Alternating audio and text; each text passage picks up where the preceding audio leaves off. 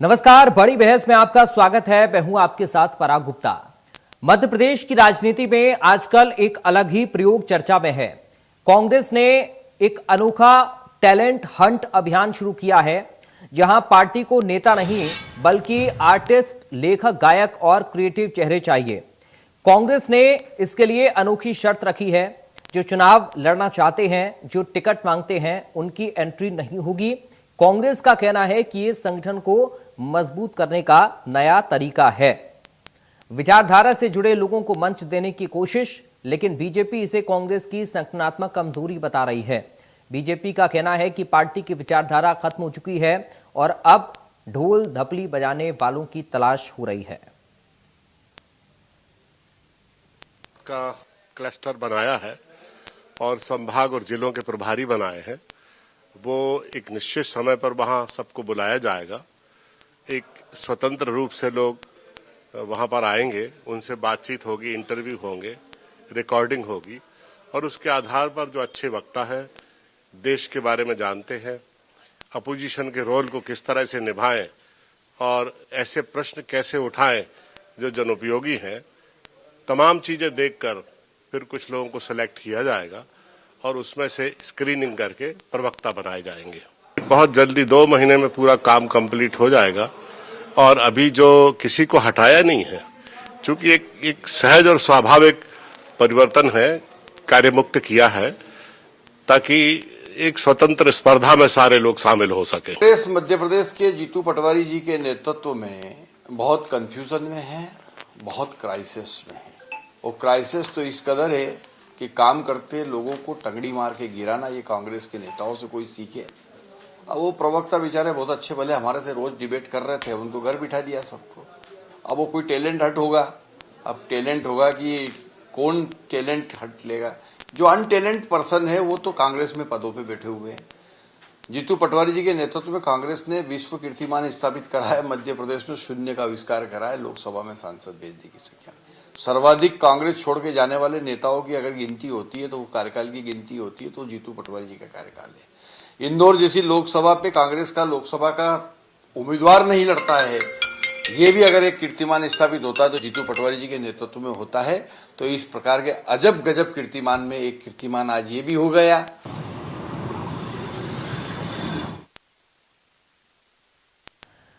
तो कांग्रेस का यह अनोखा टैलेंट हंट अभियान क्या है? यह अभियान आज इसे समझने की कोशिश करेंगे।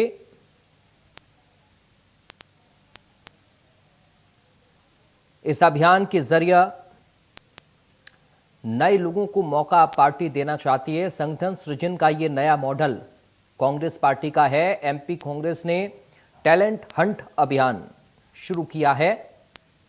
संगठन के लिए प्रतिभा खोज की यह नई पहल कांग्रेस पार्टी के द्वारा की जा रही है। प्रवक्ता और पैनलिस्ट की तलाश कांग्रेस पार्टी कर रही है। रिसर्च और पब्लिसिटी कोऑर्डिनेटर चाहिए कांग्रेस पार्टी को। इस टैलेंट हंट अभियान के जरिए ये तलाश है। इसमें सिंगर, राइटर, कंपोजर को मौका मिलेगा। कवि, शायर और एंकर भी आमंत्रित किए गए हैं। तो ये पूरा अभियान कांग्रेस पार्टी का समझिए ग्राफिक्स के जरिए। टिकट मांगने वालों की नो एंट्री इसमें होगी, टिकट नहीं मिलेगा। चुनावी राजनीति से दूर रहने की शर्त भी इस टैलेंट हंट अभियान में कांग्रेस पार्टी की है। विचारधारा से जुड़े लोगों को प्राथमिकता इसमें दी जाएगी। आवेदन की तारीख 5 फरवरी निर्धारित की गई है। सभी आयु वर्ग के लोगों के लिए यह मौका होगा। प्रदेश स्तर पर टैलेंट स्क्रूटनी की जाएगी पार्टी में। दिल से दिल मिलेगा तभी भर्ती होगी, ये भी इसमें एक कंडीशन है। कांग्रेस कार्यक्रम संचालन और नारेबाजी टीम भी बनेगी। इसके अलावा कांग्रेस का संगठन से जुड़ने का ये नया मॉडल होगा। बीजेपी का हमला है इस पर। कांग्रेस की विचारधारा खत्म हो गई है, ये बीजेपी कह रही है। कांग्रेस के टैलेंट हंट पर एमपी में अब सियासी बहस छिड़ चुकी है। तो बीजेपी कह रही है एमपी कांग्रेस का ये नया प्रतिभा खोज अभियान है। ये समझिए क्या है। प्रवक्ता, पैनलिस्ट और क्रिएटिव टीम की तलाश कांग्रेस पार्टी कर रही है। इस अभियान के जरिए संगठन सृजन का ये नया मॉडल कांग्रेस पार्टी बनाने की कोशिश में है और किन लोगों की तलाश है ये आप समझिए ग्राफिक्स के जरिए। इसमें सिंगर, राइटर, कंपोजर ये सब भाग ले सकते हैं, शामिल हो सकते हैं इस अभियान में। कवि शामिल हो सकते हैं, शायर हों, एंकर हों, ये सभी लोग इसमें शामिल हो सकते हैं। इन सभी को आमंत्रित कांग्रेस पार्टी कर रही है।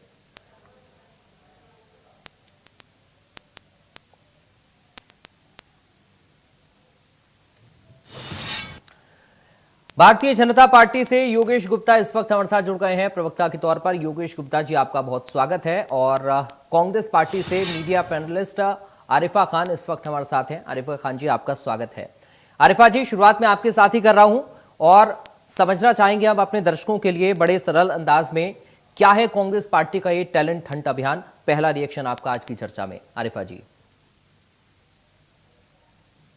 आप म्यूट है मैम, प्लीज अनम्यूट कर लीजिए आप।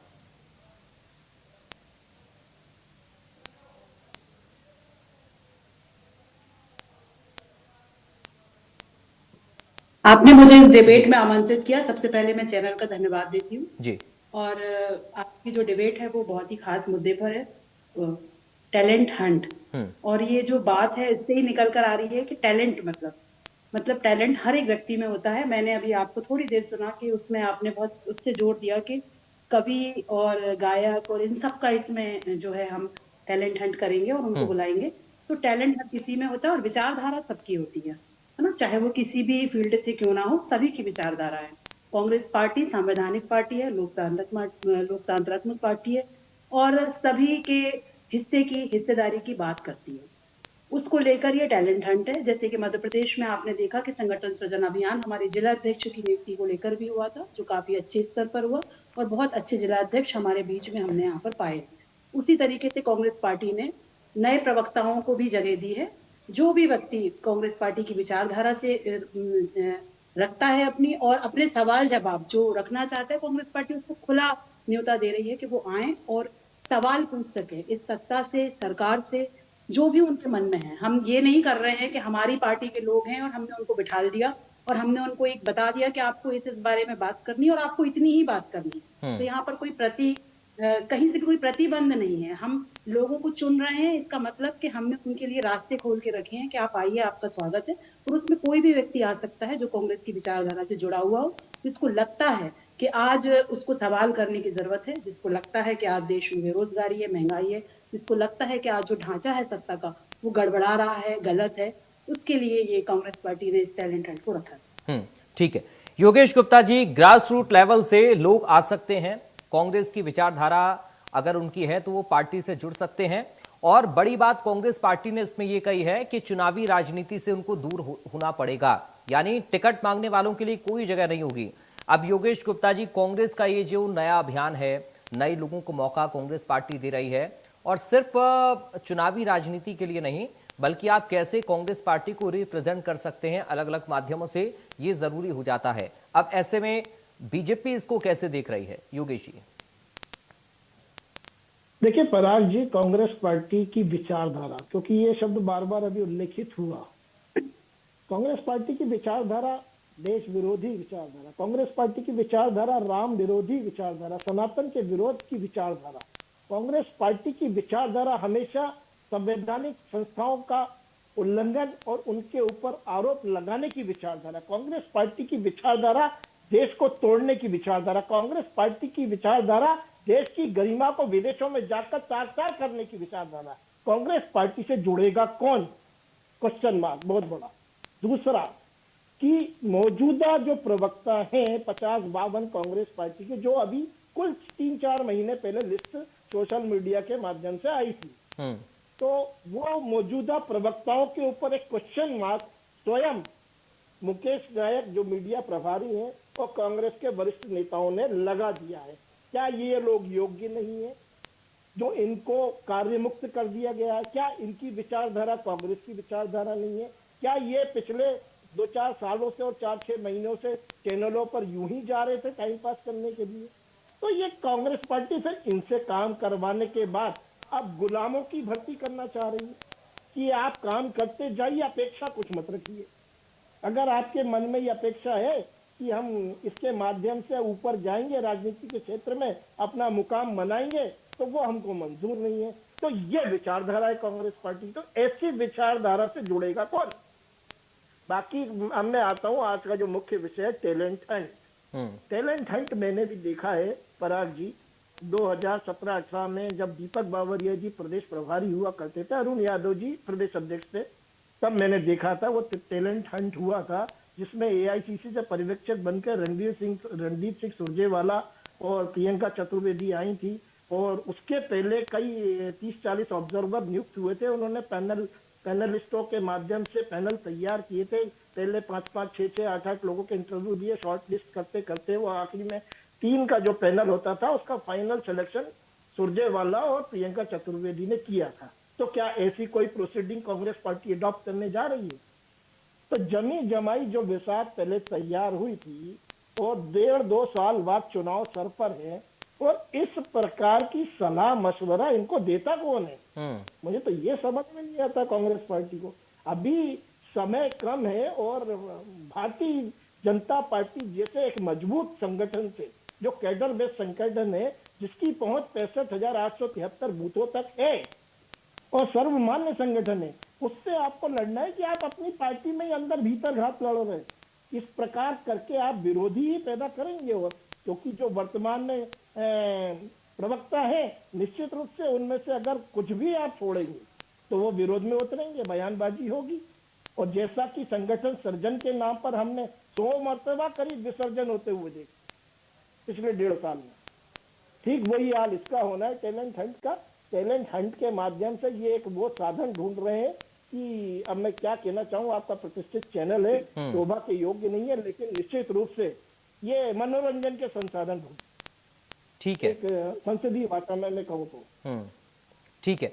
आरिफा खान जी, इसकी जरूरत कैसे महसूस हुई कांग्रेस पार्टी को? ऐसा क्यों लगा कि जो पार्टी के कार्यकर्ता हैं या जो पार्टी के नेता हैं, जो लगातार पार्टी से लंबे वक्त से जुड़े हुए हैं, उनके सामने कुछ ऐसे नए लोगों को खड़ा किया जाए जो कांग्रेस पार्टी को रिप्रेजेंट करें अपने अपने टैलेंट के माध्यम से, अपने अपने अलग अलग प्लेटफॉर्म के माध्यम से?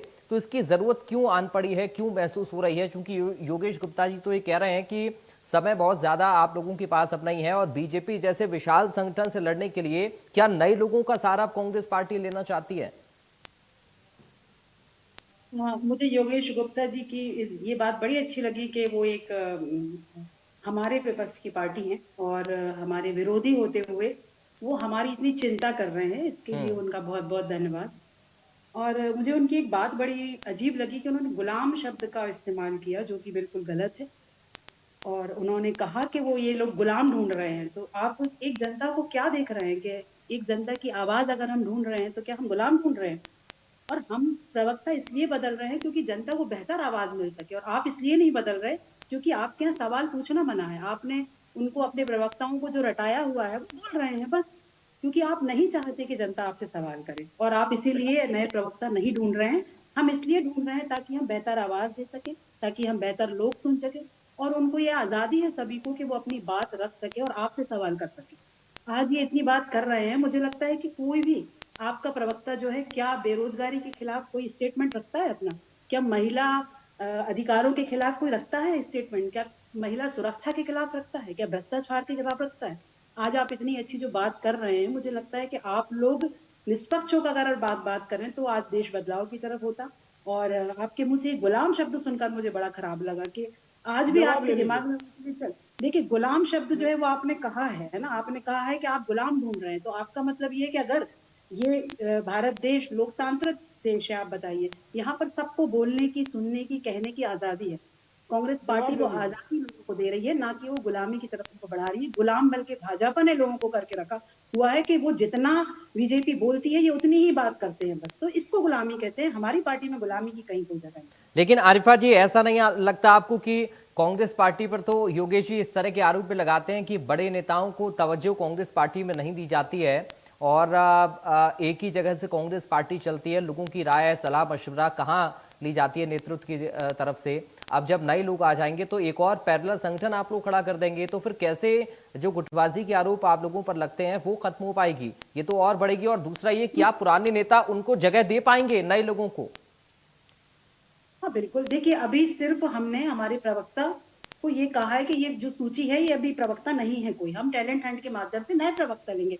हो सकता है कि इन प्रवक्ताओं में से भी टैलेंट हंट के माध्यम से फिर से प्रवक्ता आए, क्योंकि हम नहीं चाहते थे कि जब तक कोई एक जगह से हटेगा नहीं दूसरा कैसे आएगा। कांग्रेस पार्टी मौका देना जानती है, अवसर देना जानती है। अगर एक ही व्यक्ति उस पद पर रहेगा तो अगर कोई दूसरा व्यक्ति है जो इस चीज को डिजर्व करता है वो कैसे आएगा, ये बताइए आप। योगेश यादव। हम नए प्रवक्ता ढूंढेंगे, नई आवाज देंगे, तब तो हमारे नए सवाल खड़े हो पाएंगे। तो इस बात को समझने की बहुत ज्यादा जरूरत है। और ये जो बात कर रहे हैं ना कि यहाँ पर मतलब बड़े नेताओं को कोई जगह नहीं दी जाती है, तो ये खुद अपनी बीजेपी खुद अपनी संगठन में झांक कर देखे कि इन्होंने कितने बड़े नेताओं को जगह दी है और इनके यहाँ लीडरशिप के नाम पर क्या चल रहा है। ये खुद समझ सकते हैं कि कैसे मोदी मोदी मोदी मोदी के ये नारे लगाते हैं। इनके यहाँ भी तो इतने बड़े बड़े लीडर है, कभी किसी का नाम लेते हैं? ये सिर्फ मोदी जी का नाम लेके ही पूरी राजनीति करते हैं। तो ये अपने ऊपर में तो देखें।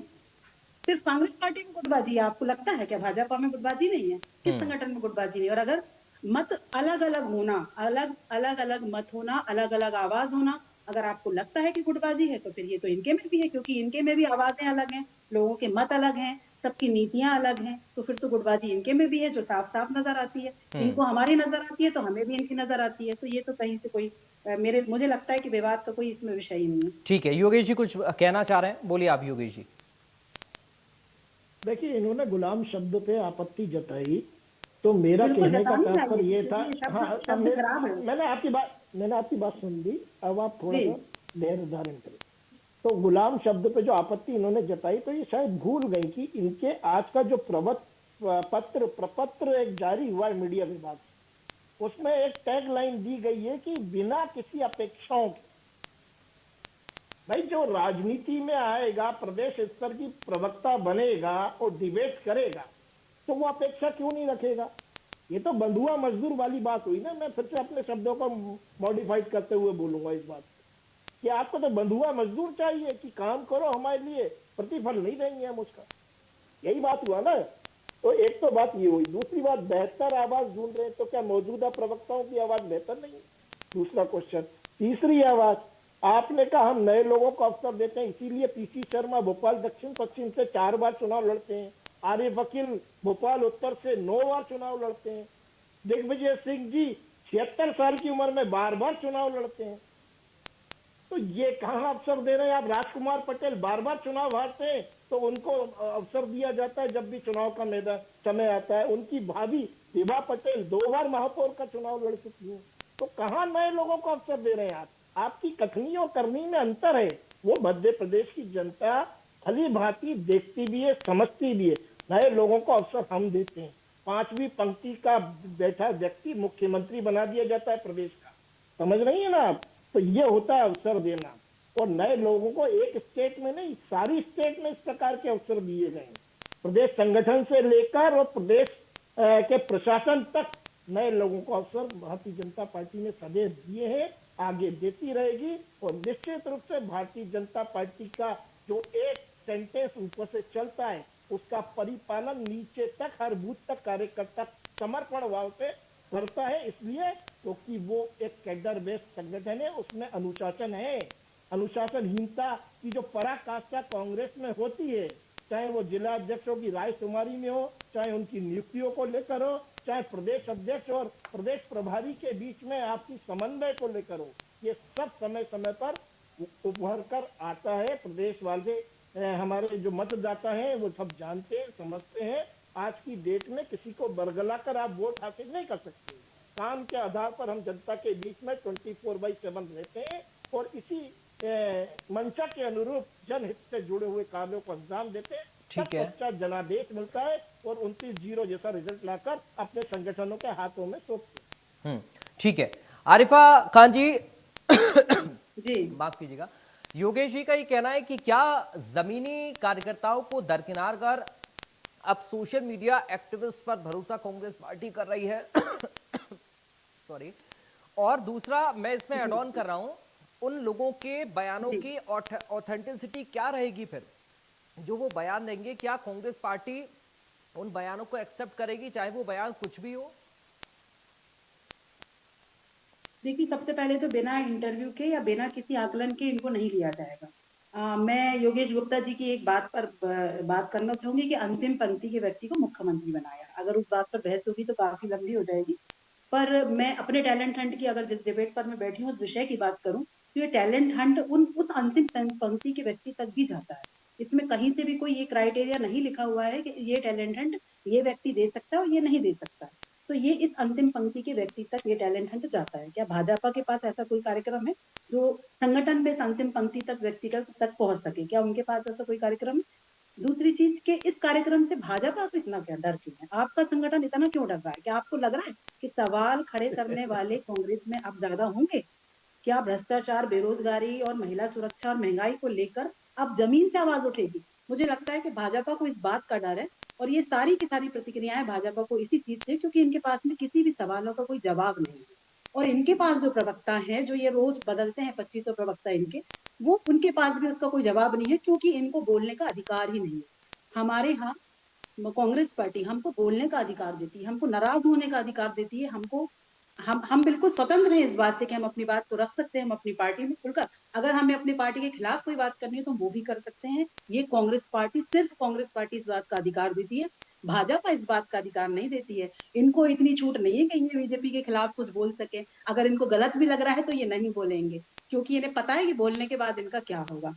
तो मुझे लगता है कि इनको तो कम से कम ऐसी बातें नहीं करनी चाहिए, और अंतिम पंक्ति की बात तो कतई नहीं करनी चाहिए कि इनके शब्दों से ये बात शोभा नहीं देती है। और टैलेंट हंट, क्या आपको क्या दिक्कत हो रही है भाई? अगर हम जमीन से लोगों को उठा रहे हैं, अगर हम जमीन की आवाज लोगों तक पहुंचा रहे हैं, आप तो वो काम कर नहीं रहे हो, तो ये काम हम कर रहे हैं, तो आरंभ आपको इसमें तकलीफ क्यों हो रही है? मुझे समझ में नहीं आता है। चलिए योगेश जी, एक फाइनल रिएक्शन दीजिए अपना। देखिए पराग जी, निश्चित रूप से टैलेंट हंट कांग्रेस पार्टी का अपना अंदर का मामला है, संगठन का मामला है, लेकिन इसकी प्रोसीडिंग पे सवाल उठते हैं और वो उठते रहेंगे निश्चित रूप से, क्योंकि जिस प्रकार के कलाकार, कवि और शायरों को ये ढूंढ रहे हैं, मैं समझता हूँ उससे तो कांग्रेस पार्टी का समस्या का समाधान होने से रहा, निश्चित रूप से मनोरंजन भरपूर हो। ठीक है, लेकिन योगेश जी, अब आरिफा जी ये कह रही हैं कि अंतिम पंक्ति में खड़े व्यक्ति की बात जो आप करते हैं उसको कांग्रेस पार्टी साकार करती हुई नजर आ रही है।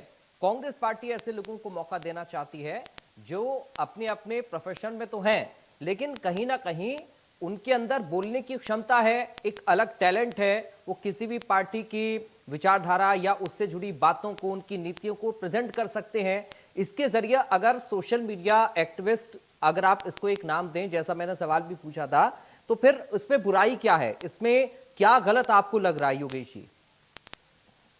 देखिए बुराई कुछ भी नहीं है पराग जी, लेकिन ऐसा होगा नहीं। निश्चित रूप से दो नाम अरुण यादव जी के यहाँ से आएंगे, दो नाम अजय सिंह राहुल भैया के यहाँ से आएंगे, दो हाँ। नाम दिग्विजय सिंह जी के यहाँ से आएंगे, और 4-6 नाम जीतू पटवारी अपने स्वयं के देंगे, और 2-3 नाम प्रदेश प्रभारी भी देंगे, और 1-2 नाम मुकेश नायक जैसे मीडिया प्रभारी भी देंगे। ऐसे मिला के कुल मिला के 20-22 नाम तो ये हो जाएंगे। अब बाकी रही खाना पूर्ति करने की बात, तो निश्चित रूप से उसमें मनोरंजन के संसाधन ढूंढने चलिए होंगे। आरफा जी, ये और तो जैसा ये कि तो मैं योगेश जी कांग्रेस ने ये तो योगेश जी ने अगर योगेश जी ने गुप्ता कह जी दिया के कि साथ वो में इतनी पुराने क्षमता है, पुराने नेताओं तो के हम इस जरिए टैलेंट सजेस्ट हंट किए में हुए उनको नामे होंगे। आमंत्रित करते हैं। अगर योगेश गुप्ता जी को इस बात की शंका है कि 2 नाम यहाँ से आएंगे, 2 नाम वहां से आएंगे, हाँ। तो मैं आरिफा खान आपको इस टैलेंट हंट में आमंत्रित करती हूँ। आप आइए और हमारी नीतियों को समझिए, हमारे इस बात का कार्यक्रम को जवाब समझिए। जरूर ले आपका लीजिए। स्वागत है, इस आपका बात का स्वागत है योगेश गुप्ता जी। और इस शायद बात इतना का बड़ा जवाब दिल जरूर ले कांग्रेस लीजिए। ही रख सकता है, मुझे लगता ठीक है। है योगेश जी, कुछ नहीं, कह रहे हैं, आप बोलिए। मैं आरिफा जी की जानकारी के लिए बता दूं, जब ये कांग्रेस में इनका नाम भी नहीं था, तो मैं कांग्रेस पार्टी में प्रदेश प्रवक्ता के पद पर टैलेंट हंट के माध्यम से ही सिलेक्ट हुआ था। तब प्रदेश प्रभारी थे दीपक बावरिया जी, अरुण यादव प्रदेश अध्यक्ष थे, और मेरा सिलेक्शन करने वाले जो लोग थे वो रणदीप सिंह सुरजेवाला, प्रियंका चतुर्वेदी थी, जो एआईसी से पर्यवेक्षक बनकर आई थी। लेकिन उसकी जो प्रोसीडिंग हुई थी उसके बारे में कोई भी जानकारी आज की जो अभी संभावित प्रोसीडिंग है उसमें नहीं दी गई है, बल्कि कलाकारों को आमंत्रित किया गया है। तो यह हास्यास्पद बनाता है, क्योंकि प्रोसीडिंग के बिना इस प्रकार की जो गठन है वो बेमानी है। उसके लिए एक पूरा ढांचा तैयार किया योगेश गया गुप्ता था। जी, अगर टैलेंट हंट के माध्यम से आप प्रवक्ता बने हैं, तो मुझे लगता है कि 1000 डिबेट टैलेंट करी। का सम्मान करना चाहिए फिर आपको, क्योंकि आज आप 1000 जहाँ डिबेट बैठे हैं, करी मैंने जिस जगह पे कांग्रेस बैठे हैं, जिस जगह पर बैठे हैं, चलिए, वो लेकिन टैलेंट हंट की लेकिन बदौलत है। उनका सवाल तो आपको प्रक्रिया तो को इस लेकर था कार्यक्रम का मैम, सम्मान उनका करना उनका चाहिए। सवाल प्रक्रिया को लेकर है। खैर, अभी चूंकि वक्त मुझे इतनी इजाजत दे रहा है, इसलिए बहुत धन्यवाद करूंगा आप दोनों का। आप लोग शामिल हुए, अपना वक्त निकाला, अपनी अपनी पार्टी का पक्ष रखा। आरिफा जी आपका बहुत शुक्रिया, योगेश गुप्ता जी आपका बहुत शुक्रिया तमाम बातचीत करने के लिए, बड़ी बहस में शामिल होने के लिए।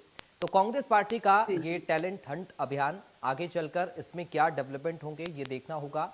नए लोगों को मौका कांग्रेस पार्टी देना चाहती है, जो अपने अपने प्रोफेशन में भी काम करते रहें और कांग्रेस पार्टी की जो नीति रीति है उसको भी प्रेजेंट सोशल मीडिया के माध्यम से या फिर पैनलिस्ट के माध्यम से करते रहें। फिलहाल बड़ी बहस से अभी के लिए मुझे दीजिए इजाजत, बाकी खबरों के लिए आप बने रहिए।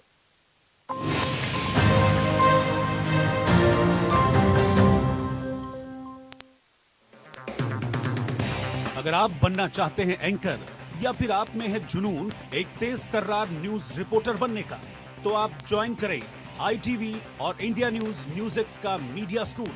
ITV next media international school का कोर्स आपको मौका देता है देश के दिग्गज